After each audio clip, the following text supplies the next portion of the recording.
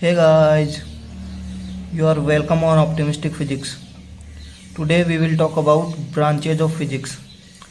Friends, physics वैसे तो बहुत बड़ा सब्जेक्ट है और अगर आप इसे बिना पूरी डिटेल के पढ़ोगे तो ये थोड़ा टफ भी लगेगा। जैसे कोई भी सब्जेक्ट पढ़ने से पहले हम उसका टुकड़ों में उसके ऊपर रिसर्च करते हैं और उसकी स्टडी करते हैं तो बहुत आसानी से हम उस सब्जेक्ट को समझ सकते हैं। और इस फंडे को फिजिक्स में रिडक्शनिज्म का रूल कहते हैं। इसलिए आज मैं आपके लिए ब्रांचेज ऑफ फिजिक्स टॉपिक पर वीडियो लेकर आया हूँ, जिससे अगर आपको फिजिक्स टफ लगती है या बहुत बड़ा सब्जेक्ट लगता है तो आपको भी इसको समझने में आसानी हो। अच्छा, अब बात करते हैं फिजिक्स की ब्रांचेज की। तो फिजिक्स की मेनली दो ब्रांचेज है, क्लासिकल फिजिक्स और मॉडर्न फिजिक्स।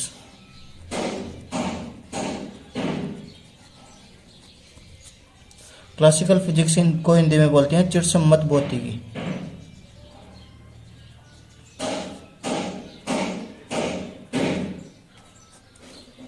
और मॉडर्न फिजिक्स तो आप समझ गए होंगे, आधुनिक भौतिकी।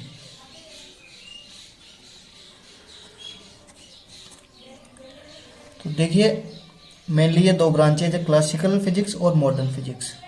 पहले शुरुआत हुई क्लासिकल फिजिक्स की, मतलब चिरसम्मत भौतिकी के नाम से आप समझ रहे होंगे। प्राचीन काल से जो शुरुआती फिजिक्स थी वो उसमें क्लासिकल फिजिक्स है।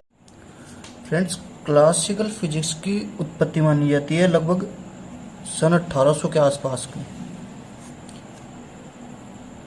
उस समय के जो फेमस साइंटिस्ट थे, मेन साइंटिस्ट थे न्यूटन और गैलीलियो। तो क्लासिकल फिजिक्स को लगभग न्यूटोनियन फिजिक्स जो है कवर कर लेती है। और क्लासिकल फिजिक्स में उन ऑब्जेक्ट की स्टडी करते हैं जो साइज में न तो ज़्यादा बड़े हैं न ही ज़्यादा छोटे हैं। साथ ही आपको इसमें वही एग्जाम्पल देखने को मिलेंगे जिनकी स्पीड लाइट से बहुत कम है। मतलब जो आसपास में हम घटनाएं देखते हैं, जो ऑब्जर्व करते हैं, उन्हीं चीज़ों से क्लासिकल फिजिक्स का उद्गम हुआ है। वहीं से क्लासिकल फिजिक्स की पूरी थ्योरी बनती है।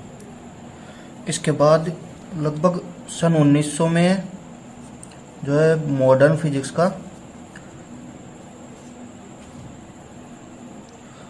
फिजिक्स की स्टार्टिंग हुई। मॉडर्न फिजिक्स 1900 के बाद में आई।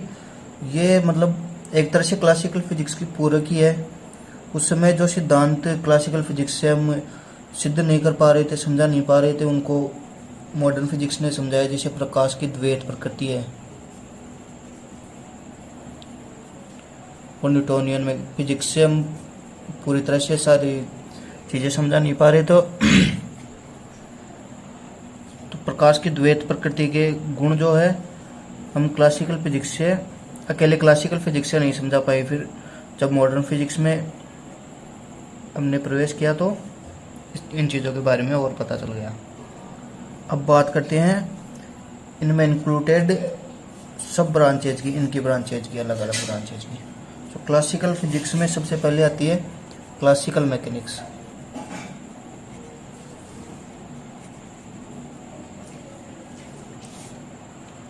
क्लासिकल मैकेनिक्स में हम स्टडी करते हैं गति के नियमों की, गुरुत्वाकर्षण बल की,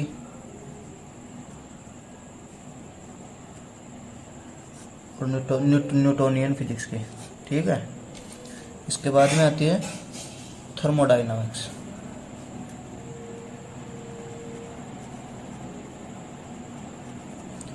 थर्मोडायनामिक्स हिंदी में ऊष्मागतिकी।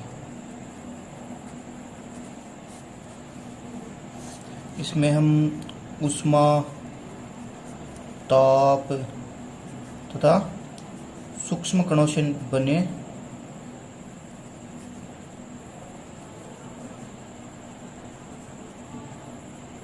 निकायों में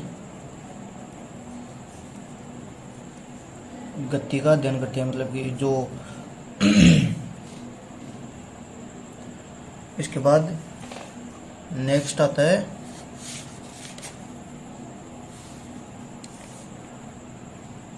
इलेक्ट्रोमैग्नेटिज्म।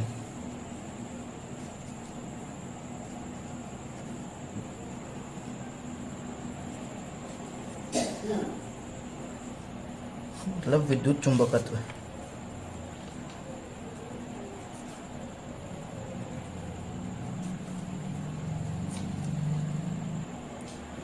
इसमें हम विद्युत चुंबकीय सिद्धांतों का अध्ययन करते हैं, विद्युत का, चुंबकत्व का और विद्युत चुंबकीय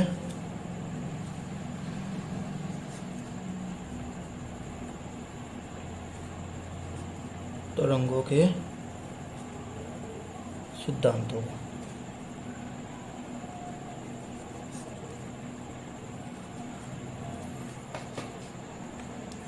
इसके बाद नेक्स्ट है ऑप्टिक्स, प्रकाशिकी।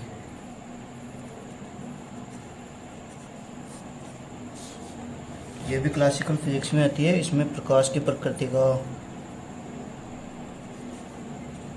तरंग संचरण का अध्ययन करते हैं और लेंसों से प्रतिबिंब बनते हैं, परावर्तन होता है, अपवर्तन होता है, व्यतिकरण होता है, विवर्तन, ध्रुवण, इन सारी चीज़ों का स्टडी करते हैं। इसके बाद में फ्रेंड्स, जब क्लासिकल फिजिक्स से पार नहीं पड़ी तब स्टार्टिंग हुई मॉडर्न फिजिक्स की।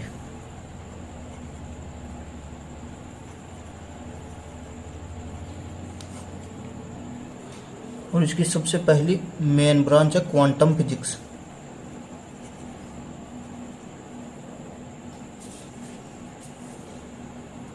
क्वांटम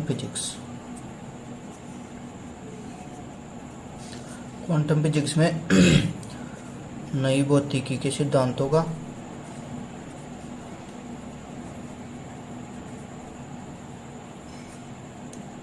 प्रकाश की द्वैत प्रकृति आदि जैसे सिद्धांतों का अध्ययन करते हैं। इसके बाद में नेक्स्ट सब्जेक्ट है रिलेटिविटी। उन पिंडों की गति का अध्ययन करते हैं जो प्रकाश के वेग के लगभग बराबर वेग से गति करते हैं। इसके बाद में नेक्स्ट ब्रांच है एटॉमिक एंड न्यूक्लियर फिजिक्स।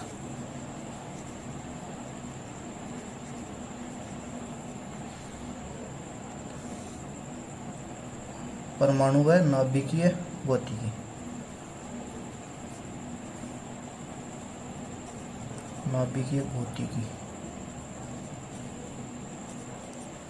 इसमें ये दो ब्रांचेज है, मेनली दो ब्रांचेज है। इनमें एटॉमिक फिजिक्स में तो जो है एटम के बारे में, उसके गुणों के बारे में स्टडी करते हैं। और न्यूक्लियर फिजिक्स में एटम के अंदर जो न्यूक्लियस होता है, नाभिक होता है परमाणु में, उसके गुणों में और उसके बारे में स्टडी करते हैं। Okay guys, thank you. आज की वीडियो में बस इतना ही। Be optimistic and grab your opportunities.